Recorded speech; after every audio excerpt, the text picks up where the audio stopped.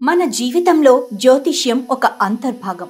సూర్య చంద్రులు మరియు ఇతర గ్రహాల కదలికలు మన జీవితాలపై ఎలాంటి ప్రభావం చూపుతాయో జ్యోతిష్య శాస్త్రం వివరించింది. ప్రతి సంవత్సరంలో అనేక గ్రహణాలు వస్తాయి, కానీ అవి మనపై ఎంతో ప్రభావం చూపిస్తాయి. అదేవిధంగా ఈ సంవత్సరం సెప్టెంబర్ 7న సంపూర్ణ చంద్రగ్రహణం ఏర్పడుతుంది. ఈ గ్రహణం జ్యోతిష్య శాస్త్రంలో చాలా ముఖ్యమైనదిగా పరిగణించబడుతుంది. ఎందుకంటే ఇది పౌర్ణమి రోజున శతభిషం మరియు పూర్వభద్ర నక్షత్రాలలో మరియు కుంభరాశిలో సంభవిస్తుంది. ఈ గ్రహణం యొక్క జ్యోతిష్య ప్రభావాలను మరియు మనం తీసుకోవాల్సిన జాగ్రత్తలను గురించి ఇప్పుడు వివరంగా తెలుసుకుందాం. గ్రహణ సమయాలు. ఈ గ్రహణం మన భారతదేశంలో స్పష్టంగా కనిపిస్తుంది, కాబట్టి సూతక కాలం కూడా వర్తిస్తుంది. గ్రహణ ప్రారంభం సెప్టెంబర్ 7 ఆదివారం రాత్రి 9:56. గ్రహణ మధ్యకాలం రాత్రి 11:41. గ్రహణ ముగింపు సెప్టెంబర్ 8 సోమవారం తెల్లవారుజామున 1:26. ఈ గ్రహణం మొత్తం 3:30 ఉంటుంది. గ్రహణ సమయంలో చంద్రుడు ఎర్రగా మారతాడు.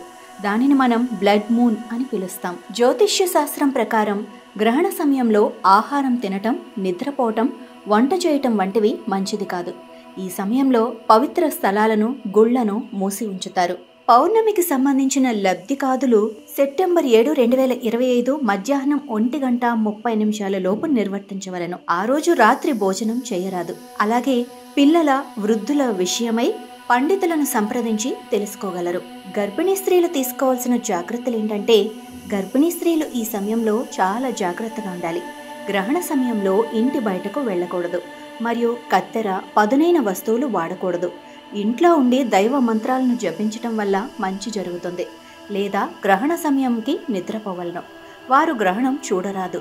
ఎవరైనా గర్భవతులు, శతభిషం, పూర్వభద్ర నక్షత్రాల వారు, కుంభరాశి వారు ఉంటే వారి విషయం పండితులను సంప్రదించి తెలుసుకోగలరు. గ్రహణం ముగిసిన తర్వాత తప్పనిసరిగా తలస్నానం చేసి ఇంటిని శుభ్రం చేయాలి. ఈ గ్రహణ ప్రభావం అన్ని రాశులపై ఉంటుంది, కానీ ముఖ్యంగా కొన్ని రాశులు మరియు నక్షత్రాల వారు జాగ్రత్తగా ఉండాలి. అధిక ప్రభావం చూపే రాశులు ఏవంటే కుంభరాశి, కర్కాటకం మరియు మీనరాశి వారికి ఈ గ్రహణ దోషం ఎక్కువగా ఉంటుంది.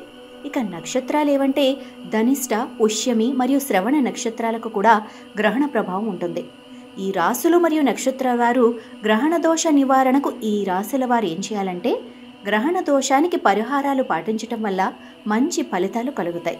గ్రహణ దోష నివారణకు ఈ క్రింది ద్రవ్యాలను దానం చేయవచ్చు. మినప్పప్పు 1 కిలో, బియ్యం 1 కిలో, తెల్ల నువ్వులు 1 కేజీ, నీలం రంగు గుడ్డ 1 మీటర్, వెండి సర్పం 1, వెండి చంద్రబింబం 1, స్వయం పాకం 1. ఈ గ్రహణ ప్రభావం 6 నెలల వరకు ఉంటుంది. కాబట్టి మనం ఈ సమయంలో జాగ్రత్తగా ఉండటం, భక్తితో దైవాన్ని ప్రార్థించటం చాలా ముఖ్యం. ఈ జాగ్రత్తలు పాటించటం వల్ల మంచి ఫలితాలను పొందుతామని ఆశిస్తున్నాను.